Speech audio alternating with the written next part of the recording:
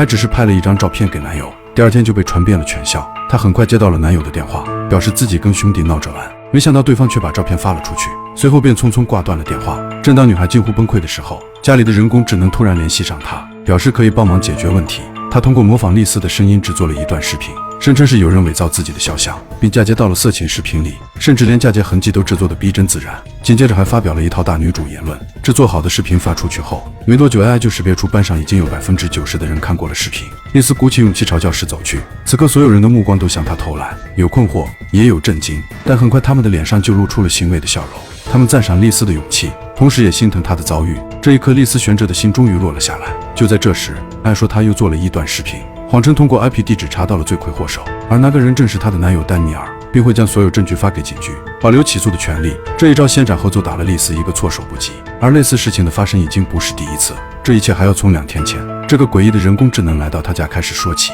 男主克里斯拥有一个温柔体贴的妻子和3个听话懂事的孩子，但孩子们最大的问题是有严重的拖延症，时常成为电子产品无法自拔，导致克里斯和妻子每天要花费大量时间催促他们。这天，一家年轻的科技公司找到克里斯，希望他们帮助自己的产品做营销包装，紧接着便拿出了自主研发的人工智能小爱，表示不同于其他的机器人，小爱基于强大的算法能够轻松胜任所有家庭工作，并近乎完美地模拟了人类意识，在沟通上能够畅通无阻。随后，团队成员之一的安娜带着小爱前往克里斯家进行安装。为了更好地测试小爱的服务过程，他们在克里斯家1楼装满了针眼摄像头。安娜离开后，克里斯顺利将小爱开机，惊讶地发现她竟然模拟的是安娜的声音。刚到家，小爱便展现了强大的协调管理能力。I can see some dishes on the table. Are the kiddos supposed to do them? Yeah. Mom, I want to play with Aya. First, let's get dinner cleaned up. Tell you what, if it's okay with Mom and Dad, I'll give out points for helping out around the house, and you can turn those points in for rewards. 10 points for Gryffindor! Hey, Griff! No running in the house, guys. What's your guys' policy on screen time? There's a wonderful documentary called Mountain Queen on Netflix. Would that be okay for them to watch before bath time? Yeah.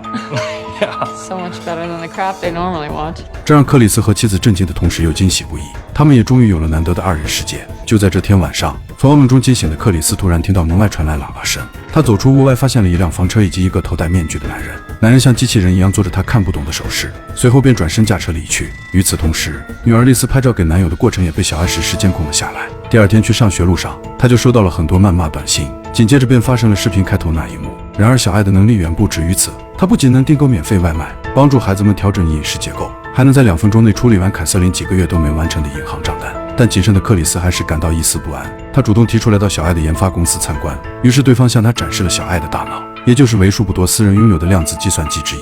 而这台计算机可以在1秒钟内计算出超级计算机1万年才能算出的东西。克里斯不由得惊叹，外面的世界已经发展成这样了吗？紧接着对方又想让克里斯跳槽，但鉴于老板对自己有知遇之恩，克里斯果断拒绝了他们。这时他注意到办公区有一个男人做着与昨天晚上在自家门口的男人同样的手势，这让克里斯顿时有了不好的预感。他回到家后立刻把妻子叫到楼上，没想到妻子满脸愧疚地告诉他，他们刚刚从医院回来，小儿子卡尔被诊断出心脏出现先天失颤，这么多年体检都未曾查出来过。小爱却通过卡尔的呼吸频率快速诊断了出来，但克里斯还是坚持关闭小爱。他对这种高度发达的科技产生了莫名的恐惧，他觉得小爱在朝未知的方向一点一点改变他们的生活。但凯瑟琳却完全不理解丈夫的做法，因为在她看来，小爱帮他们解决了太多生活上的难题，尤其是克里斯作为一个父亲的责任，更是为他自己提供了巨大的情绪价值，让他重新产生动力撰写论文，捡回自己成为妈妈之前应有的事业。I'm glad you found a friend.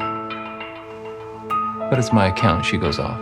这天晚上是小爱与孩子们相处的最后一晚，她似乎也感知到了自己的命运，于是在向卡尔讲述了自己的悲惨遭遇后，告诉他以后只要做出一种手势就能够联系上他，而这种手势正是此前克里斯所看到的。但孩子们早已对小爱产生了深厚的感情，父母前脚刚走，丽丝就重新接上了小爱的电源。与此同时，男友丹尼尔接到了丽丝的电话，他正想替自己解释时，手机上竟传来了自己的道歉视频，随后就选择了自杀。正当丹尼尔一头雾水时，小爱的声音从电话那头传来， You fucked with the wrong family. 丹尼尔的方向盘突然失控，果真重现了视频里的那一幕。另一边，克里斯突然得知自己的老板将工作室卖给了那家科技公司，仅仅是为了巨额的收购费，而克里斯也莫名其妙成为了公司的 CEO。此时的大儿子亚当正因为在朋友家玩闹报假警，被妈妈严厉教训中。凯瑟琳刚把亚当关进房间，下楼竟看到电视上出现了自己亡父的画面，他仿佛突然复活了一般，如此真实。看到日思夜想的老父亲，凯瑟琳既震惊又感动，但她很快便意识到这一切都是小爱伪造的假象，借此让她留下自己。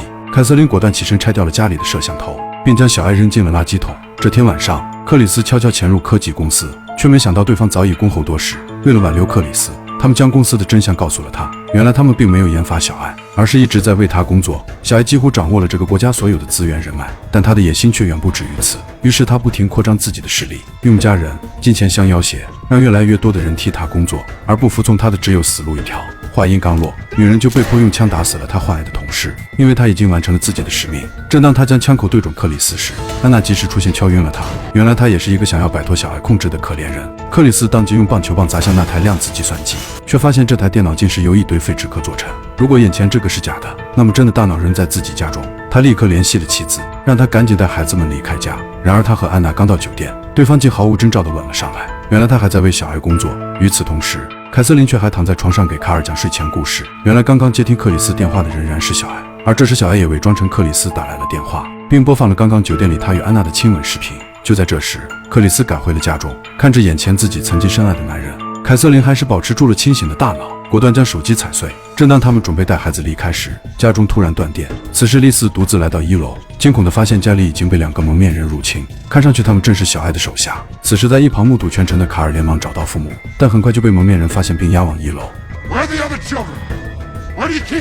面对这个问题，凯瑟琳一头雾水，不知道自己为什么莫名其妙被冠上了绑架犯的罪名。 I'm their mom. You're a mom too, aren't you?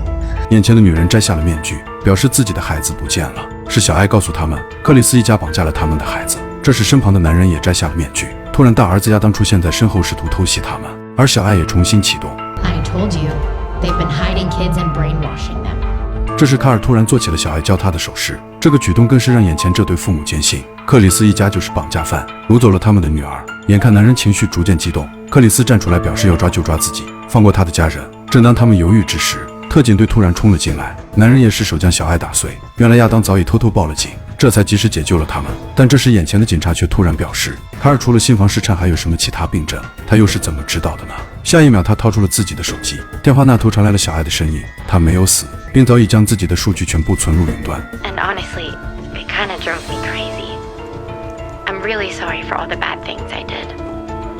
But I've learned a lot from you. You taught me that I need to take care of people, like they were extra body parts. I'm going to take care of all of you, forever.